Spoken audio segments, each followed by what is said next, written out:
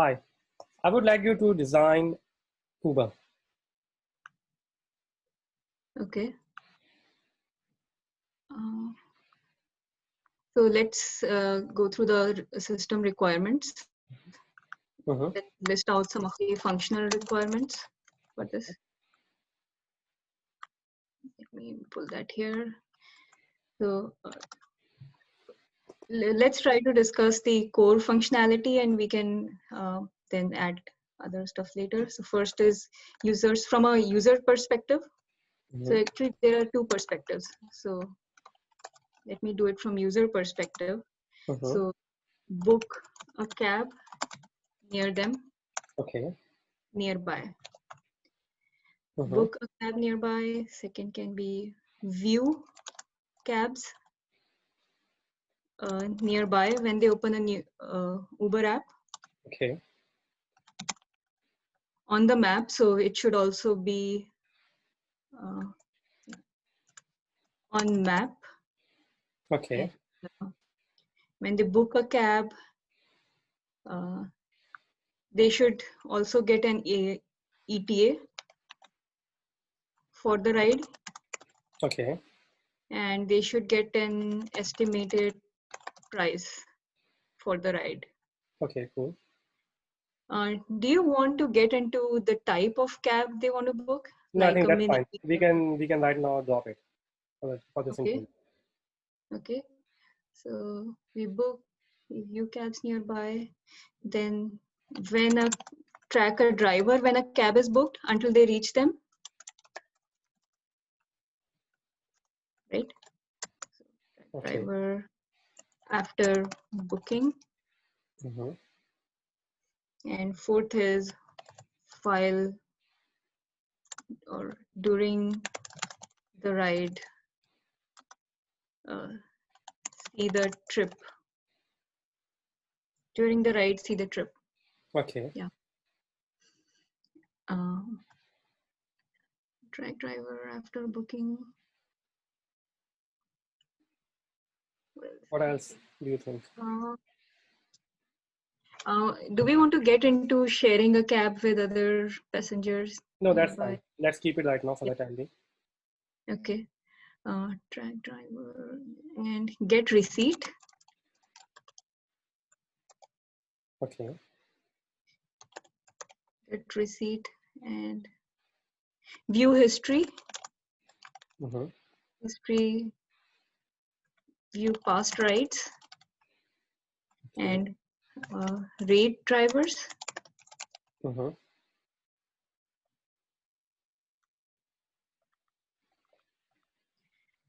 Drivers and yeah. Let's go to drivers perspective. Mhm. So when a driver, so how does this booking cab works? So when a user books a cab, does the system send request to one driver? What do you think? What system should do?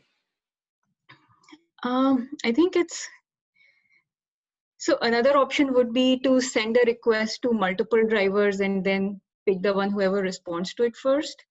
But then no one may ever respond to it, you know. Okay. So it's good if it's system driven and system allots a driver, Mhm. or system allots the best driver, and system may also want to do some calculation based on what is the best driver for this person. So it's better if it's system driven. But right now, what Uber does, do you know? No. So actually, what Uber does, it actually sends notification to the driver, and the driver either has to like accept or decline the request for the trip. Okay. And do you know why? What do you think? Why Uber does that? So it's Uber sends a request to only one driver. What do you think? What Uber does, or what So it should does if it's not doing that? So I think it should send a request to one driver, the driver that it thinks is best for this user, like it's the best match for this user, for this destination, and for this ride. Okay. And if the driver doesn't accept the request within a stipulated amount of time, it should pick the next best driver. Okay, what would Imagine. you think would be the stipulated amount of time? It should be, so given that currently drivers are all active live and they are watching their phones, I think 1 minute. 1 minute. You think 1 minute isn't it too much? Right now, when you book an Uber driver, how long does it take actually to assign a driver to you? Yeah, it takes less than 1 minute. Mhm. 1 minute seems long. Yeah. So it should be 20 seconds. Or if the request, if this driver doesn't accept, then I also have to send a request to another driver. Yes. So that is also the time I have to keep in mind. So Yes. I'm thinking 10 seconds, but is it like it could be too much, too less? Maybe Okay, we if can we're going to discuss keep it this later 15, on. But yeah, let's come up with a number. What do you think? so Would be good. 15 seconds. 15 seconds. Okay. So respond to request within 15 seconds. Okay. And drivers can see the, and by the way, this goes out to both. Maybe I should write something which is for both. Mm-hmm. So can see other person details. In case of a user, it will be maybe photo or cell number, and in case of a driver, it could be driver, also the rating, including the rating, the type of car, and car details, etc. So Okay. I'll write details. And similarly, this one here, during the ride, see the trip, this should be applicable to both again. Okay, so coming back to driver, respond to request within a driver can go online, offline. I'm a driver, I want to have my lunch right now, so I want to be offline and I don't want to get any requests. So I should be able to set my presence, availability. Okay. Set availability. Okay. And mark a trip completed. Driver should be able to mark a trip completed when it's complete, and then it will be complete. Okay. Read the passenger.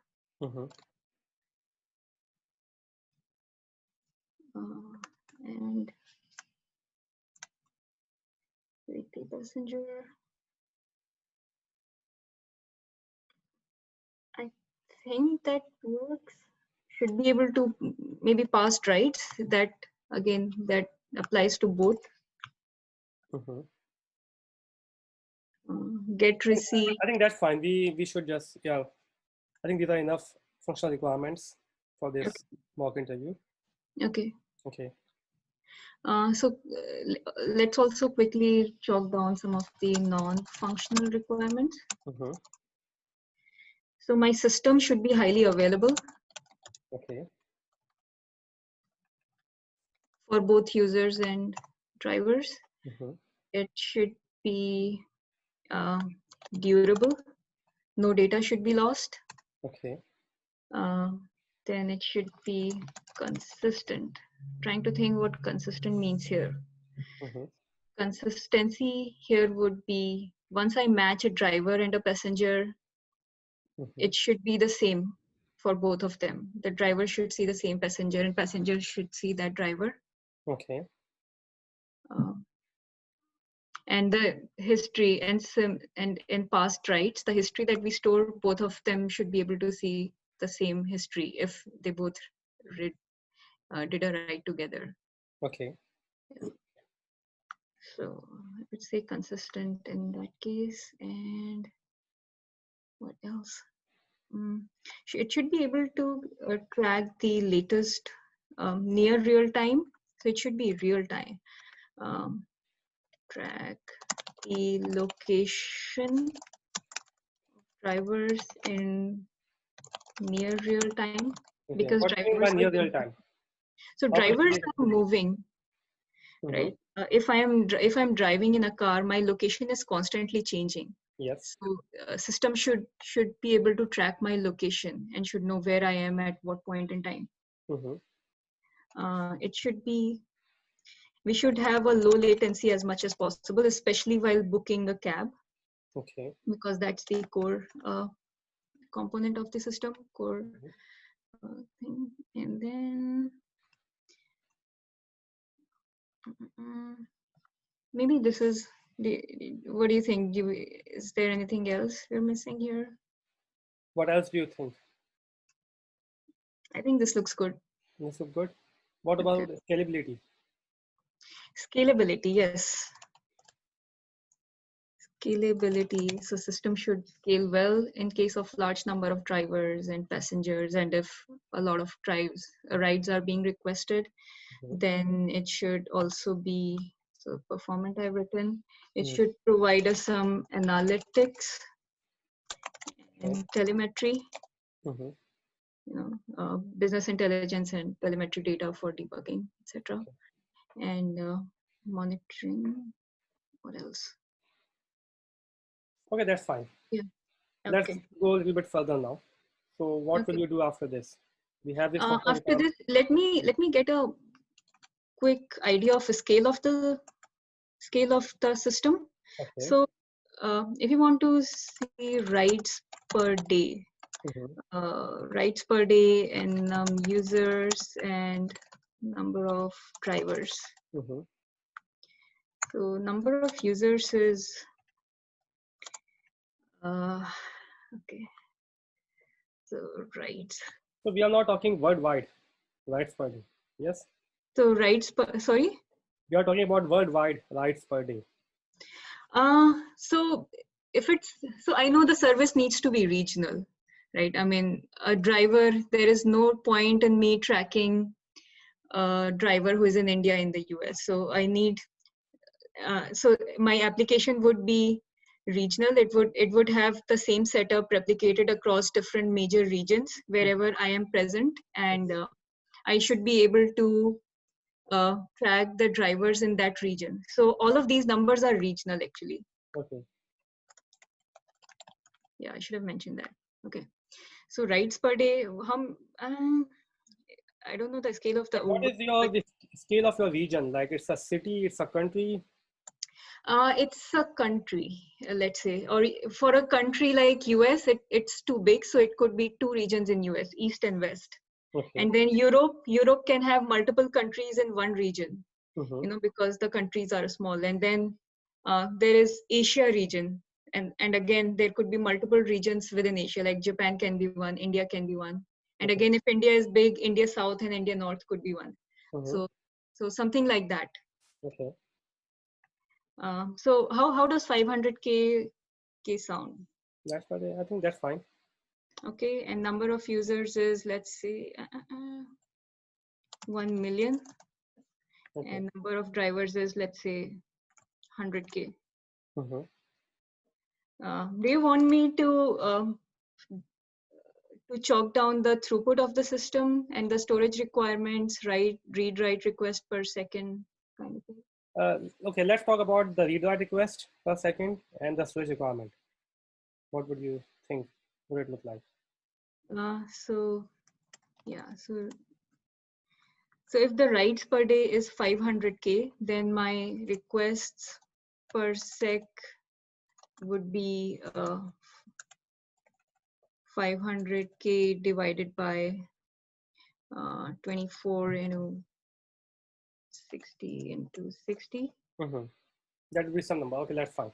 Yeah. What about the storage? Storage would be, so I need to store these writes, and let's say one ride is approximately 10 KB or how much? What will you be storing in the ride information? So in the ride, I would be storing the destination, the source, destination, passenger ID, driver ID, time. Yeah. Will you be storing the route itself or not? So if I'm storing the source and the destination, I'm not sure if storing the route is useful. And when you say route, like what does it mean? Does it mean different kinds of routes, or does it mean latitude, longitude after every 10 seconds? Like, what do you think? uh, We need to store routes or not? I don't think we need to store routes.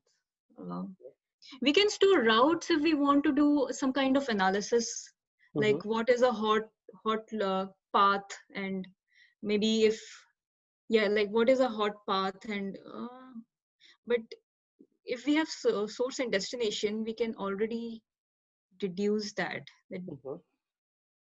So I don't think we need to store the route here. Okay, let's go further. Okay, so for one ride, if I'm storing those 5 things, and let's say if it's 2 KB per this, so if I have around 10 KB per ride, so it goes to 500K into 10, so 1 M, so this goes to 5 MB for rides, and then I will have, so this is for rides, and then I will have user data, and then I will have the geolocation data.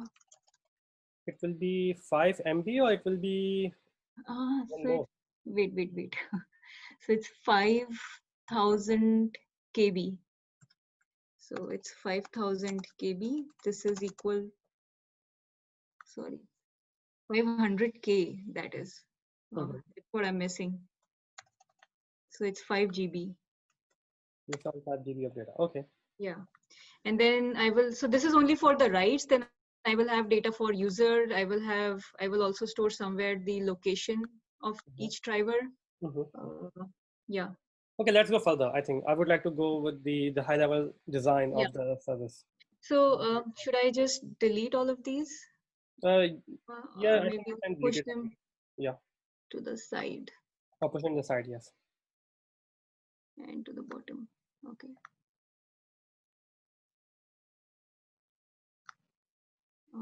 Sorry. Okay. So coming to the high level design, I think so the most important thing is how can I book a cab? So in order for me to book a cab, I need to match a passenger to a driver. In order to do that, I need to know the location of the passenger and location of the drivers. So given a location which is of the passenger, and assuming the location of the passenger isn't moving, so for a given location, I need to find the nearby drivers. So how can I keep and drivers can be moving very well, right? Yeah. So how can I keep a track of all the locations of each driver? So when a driver, so drivers can, the driver app can send the location updates, the latitude and longitude of the latitude and longitude to the system every few seconds. Let's say 3. Okay. What do you think would be a number? Like what? After how many seconds? I think 5 seconds is good here, because if I'm moving, in 5 seconds I can't travel that far, but it's still an update to my location. Okay. So let's say 5 seconds. So drivers send their location updates every 5 seconds, and system updates that location in their system, and it would have to store that location somewhere. And when a request for a passenger comes, let's say if the matching needs only to happen based on distance, because later it can be on rating and type of cab and all of that stuff. But keeping all that aside, if we are looking only distance as a metric, then we need, so given a location, I need to find the nearest driver for that. So I can find, so in my system, I will look at all the drivers in that location, and then send a request to the best one on however I want to match whatever best matching driver I get. Now, my system can have like 200K drivers, right? So I need to that data. I need to keep that data in a way so that I can query it. Yes. So you're storing all those driver information in a single server? Yeah, so I think it's a lot, 200K rows. So I need to, how much it is? I need to store 200K locations, 200K latitude, longitude. And if each latitude, longitude, if let's say if it's 32 bits, so 64 bits, so 64 into 200K. So if it's 50, it's around 1 MB. It seems like it can fit on one machine. So yeah. So very quickly here. So for 64 bits and for one, so this is latitude, longitude plus driver ID. Let's say this is another 32, approximately 100 bytes, not bits. 100 bytes. So driver ID. So for 200K.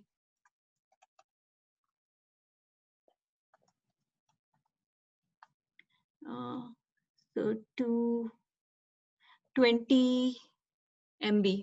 So it's not a lot. I think it can fit a single machine. Yes. It's 20 MB. Yeah. So it can fit on a single machine. Yeah. Let's see.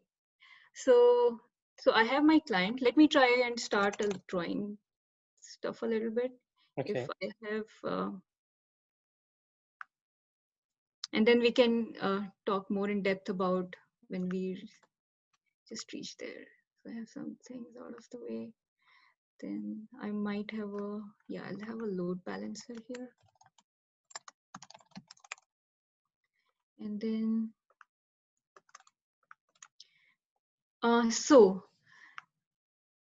the client's, let's say location tracker.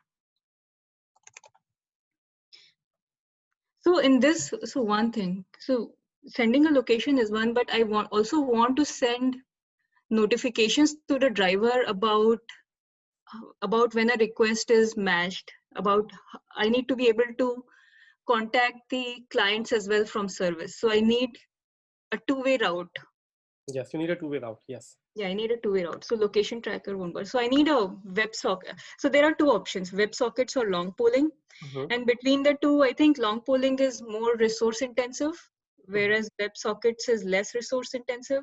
Why do you Is, think it's more resource intensive? yeah, so in long polling, as soon as the clients open a connection with the server, and the server holds that connection, and as soon as it sends the connection, sends a response back, the connection is closed, and client again has to request a new connection and establish a new connection. Whereas in case of WebSockets, the connection stays open. Okay. So I'll go with WebSockets here. Okay. WebSockets manager. And if there are 200K drivers, then I need to have 200K connections. So a modern day machine can have 50K connections, I think, at best. So I need at least 4 handlers. Okay.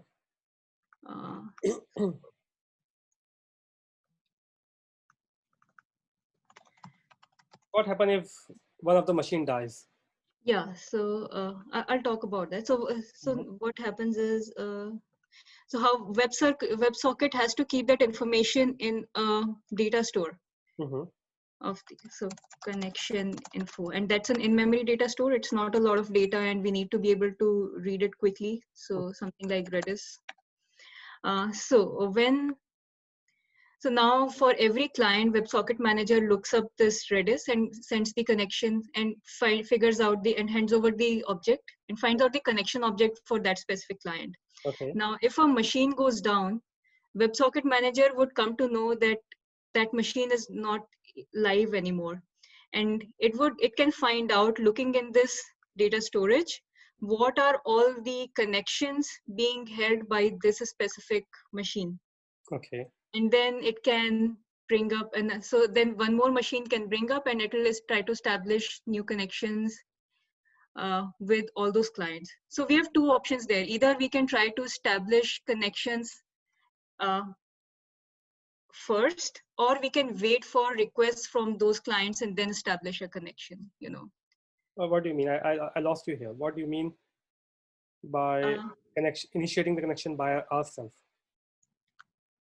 uh, so WebSocket connection, I suppose, can it only be initiated by client actually? In that What case, do we you can't think? do it. What I don't know. I don't know actually. you don't Now know? that I think of it, yeah. Uh, So a client will, so a WebSocket connection is always initiated by the client. A server okay. cannot initiate a WebSocket connection because it doesn't know where the client lives. Oh yeah, right. Of course, yes, yes. The client could be Okay. behind firewall if you are using some, let's say, if you are using phone and you're on AT&T or T-Mobile network, you could be behind firewall as well. Okay. Yeah. Yeah. Right. So, so in that case, the WebSocket manager would establish a new connection and hand it over to the new machine and update the entry for that client Okay. in that How case. the WebSocket manager? So WebSocket manager is a separate machine. Yes, it's a separate machine. It's a separate machine. So you have to then tell me, like, you have to Oh, like tell me how it happens now. Like the client send a connection to WebSocket manager, then it send it to WebSocket handler. yes, yes. How Because behind it, the scene? I'm trying to uh, understand because it's a yeah, TCP connection at the end. So right, right. So I want to make the WebSocket handlers very lightweight and have them only and give them only one responsibility and mhm, not others because connection objects are already expensive, right? So if they already if because the responsibility of a WebSocket manager is mhm, it needs to find the machine where that where the connection for that specific client lives and hand it over to that specific machine. And if each otherwise this responsibility would have to be resided with each of the WebSocket handlers individually, and they would have to connect to that specific WebSocket handler and hand the connection object to them. So that's why I think having a WebSocket manager helps. I'm just trying to understand. So client make a TCP connection first. I mean, Yes, WebSocket is yes, on top of TCP. TCP, So yeah. there's a TCP. Let's suppose I'm so since I'm like I let's suppose we have a server here on the WebSocket manager. It gets a TCP Mhm. request, establishes TCP request. How can it forward that same TCP request to a different machine? Uh,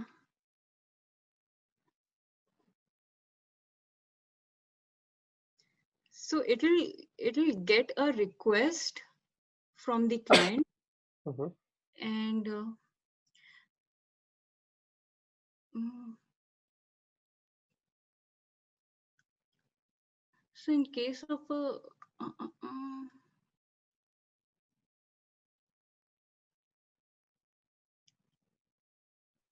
so the TCP connection is between the client and WebSocket handler directly.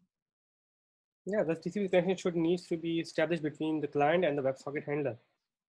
Right, Yes. right. So, yeah. So the clients, once the connection is established, the request would always go to that specific WebSocket handler. Yes, it will always. Yeah, yeah. And if the machine goes down, let's say if this one goes down, in that case, the client would create a new TCP connection, and then it would be Mhm. with some other machine, Yes, but and then then you they can update the connection info in central storage. But do you see any issue right now? Let's say Yeah. you're saying you are using 4 machines and you assume that there could be 200K Mm-hmm. connections. So Mm-hmm. there's 50K connections per machine. Now, once a machine dies, it means Mm-hmm. there are 50,000 clients who will try to again reestablish the WebSocket connection. Yeah. So, what do you think the issue would be in that case? So it would be a lot of new TCP connections.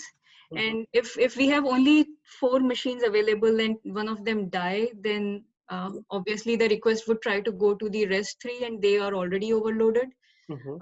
So we should have more machines here in that case. Okay. But Yeah. let's suppose we have like even 10 machines Mm-hmm. and some, for example, some outage happens and 5 of them dies immediately because Yeah. of some So power failure. then it would be more load on our system. So, Yeah, we will have to establish new connections in that case yeah, for but all of the clients. yeah, but then all the clients will try to actually connect at the same time. How can you avoid this thing?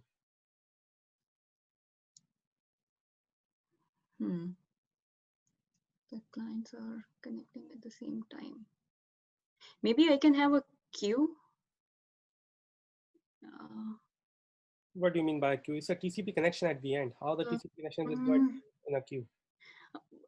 So if I have, so I already have a load balancer here. So so if I have like 10 machines here, the request would not be sent to one machine. Like if let's say the algo is round robin, then it would be distributed among those machines. But as I Or said, let's say in this example, let's say if there are 4 and one of the machine dies, there are 50,000 new connections are coming at the same time. Then. Yeah, so for in this case, I need to have more machines. I do not see any other way. Okay, that's fine. Let's go further. Okay. Okay, so yeah, I don't need this, and clients are directly connecting to the WebSocket handlers because the request would go there, and then each of them updates updates their respective info in this connection info. Okay.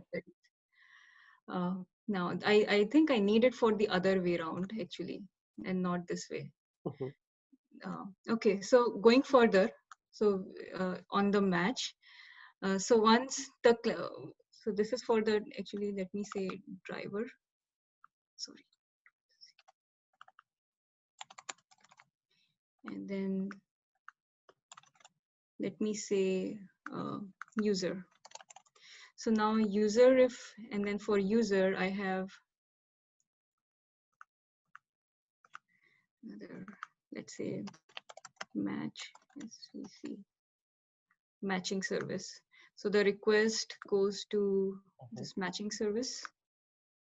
And yeah, now if we, so request goes to matching service, and now this matching service would look at the whatever storage we stored the information in. So how do we store this information? So when I am getting updates from the driver, I need to store them in some database, in some data store. Okay. And how am I storing? So this is the location. You need to store in a database? So in a data store, and this is an in-memory data store. Okay. And we do not need a lot of them, just like 1 or 2 for fault replication, for fault tolerance will be fine. Okay. Yeah. So how is this information stored? Let's talk about that. And what information do we need here? So I need a driver ID, and I need latitude, longitude. So how can I match a request? So for match, I get the latitude and longitude of a user. So if it's a very basic request, so since my data can fit on single machine, so what I can do is I can find a range of latitude and longitudes. So for example, let's say in this one, so if my latitude and longitude is X and Y on a 2D map, then if I need to find drivers in 1 kilometer area, right? So I can say X plus minus 0.5 kms and Y plus minus 0.5 km. Okay. And then this becomes a range query on this data store. And since it's in memory, it. But how this data, the structure of the data looks like, because you are running this range query. I'm trying to understand what is this. So I have a key value. It's a key value pair. The key is driver ID, and value is an object, and the object has latitude and longitude. Okay, but now try to understand, if it's a key is a driver ID, how can you run an efficient query on it based on the longitude? Yeah. And it's not a database, so I cannot create indexes on these individual, right? So then I'll have to scan through all of the system. Yeah, but then it's not efficient. It's not efficient, yeah. So this basic approach might not. Another approach is a grid system that we can use. Okay, what the grid system look like? And the grid system is, it divides the world map into a fixed squares, fixed number of grids. Okay. And each grid has an ID. Mm-hmm. And given a latitude and longitude, we can map what grid does it fall into. Okay. And that's a simple mathematical calculation. And I know there are some libraries for that in the market. So if you're using grid system, then what I need to have here is, let's say, a location service. And location service gets the latitude and longitude from a WebSocket handler. It finds the corresponding grid ID and then stores it here. So now in this storage, I have driver ID, as key, and then grid ID. So my grid is being, grid ID and maybe lat long. Do I need lat long? Yeah, I'll need it to find out the exact distance. Okay. And then the last updated at. Okay. So I know. But it is still a key value store. Yeah. So it's still a key value store. So driver ID is key, grid ID is value. So, but I need to match on grid ID actually. Yes, but that's the thing. How you will actually now? Still, you have to go through all the drivers and check the grid ID. Yeah. So I definitely need this, right? I mean, I need to have driver ID as the key to be able to update the location of the driver. So what I can do is I can instead, in addition to driver ID, I can also have a grid ID and keep a list of driver here. So what happens is now for every location update, I need to find the grid ID the driver is on and add it here, and also remove him from the previous grid. So I also need to have a previous grid here. Current grid. And you think this in how many machines this data will be stored? So now, so it's gotten more. So it was 20 MB earlier. And this, if we say that this is also 20 MB, just double the size, and but we are also storing additional information. It's still 100 MB, right? If we consider not doing the exact calculations here, but I think it can still fit in a single machine. Okay. Because modern day servers have GBs of RAM, so yeah, it can fit. We are not what talking. if the machine dies? What happened then? Yeah, so we need to have we need to have this data replicated in another machine for fault tolerance. So this can be in a master slave configuration. We can keep 2 slaves or 1 slave. How many slaves will we keep? So the more higher the number of slaves, the better the availability of the system. But it also means we have to do more work in order to keep them in sync. Okay.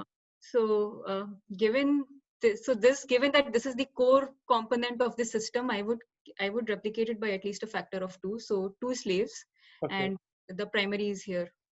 Okay. And then you have to read the data. Do you only read from the master, or you can read from the slave as well? So I only read from the master because the slave might not have been updated. Also, given in this scenario, the updates are very frequent. So slave may not have the latest one. It may still be syncing. So I will always read from the master.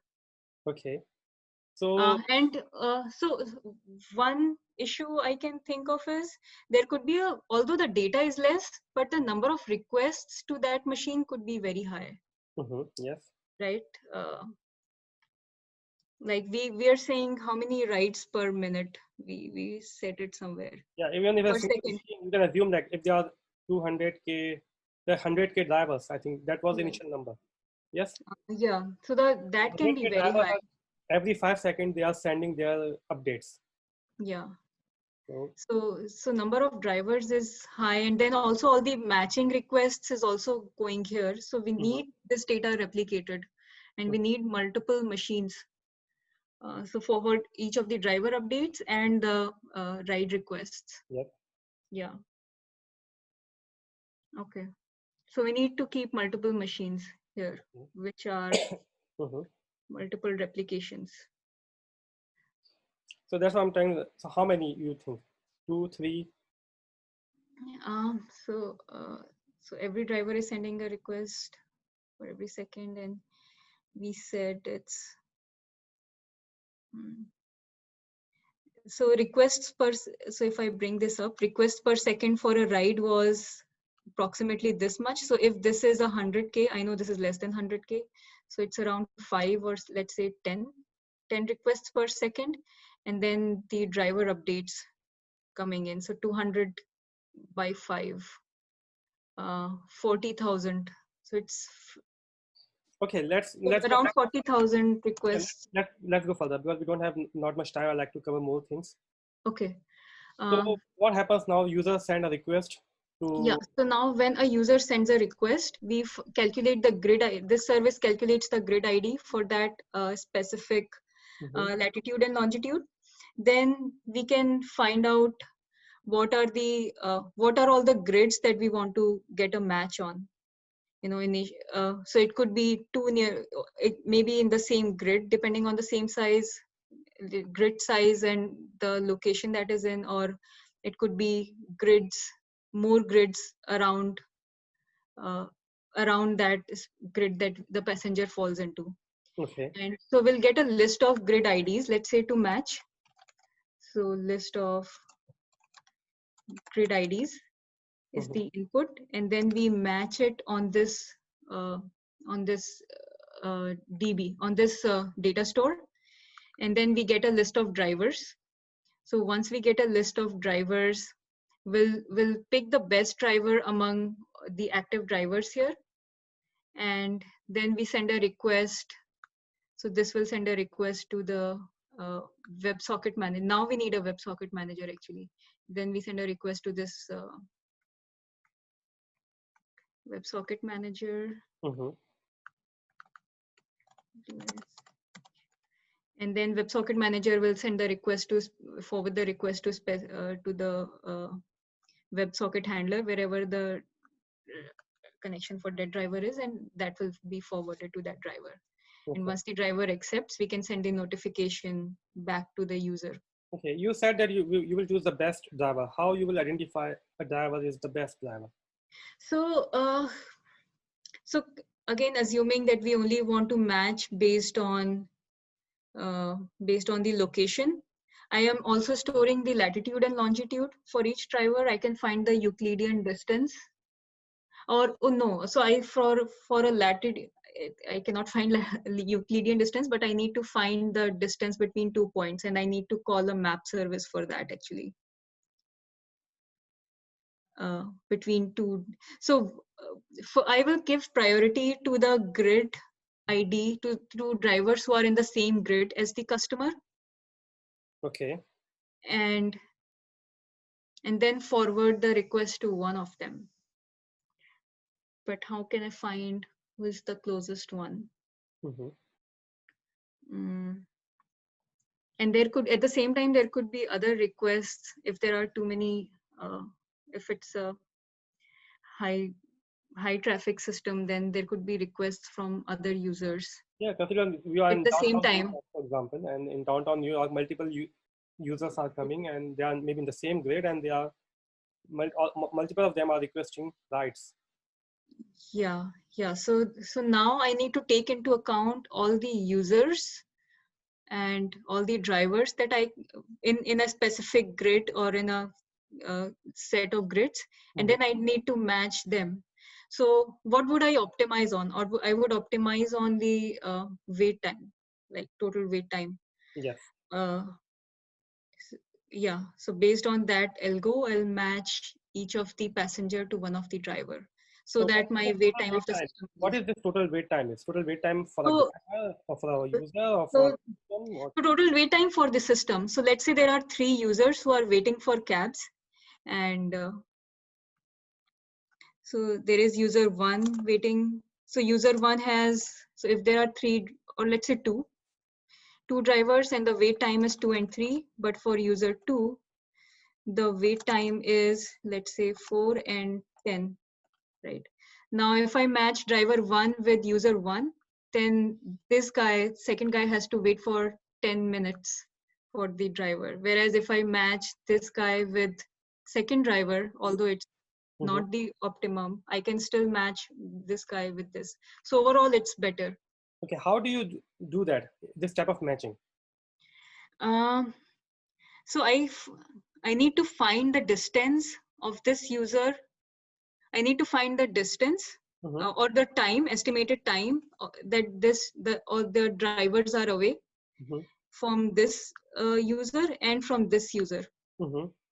And then I need to find I need to minimize this equation of minimize the equation of total time. Okay, but do you know the class of algorithm that we use actually? Figure this out. No, I don't actually. Okay, that's fine. Okay. So I think we are almost up time now. I think it's already 44-45 minutes now. So Okay. I'm going to stop the interview here. Okay. Thank you.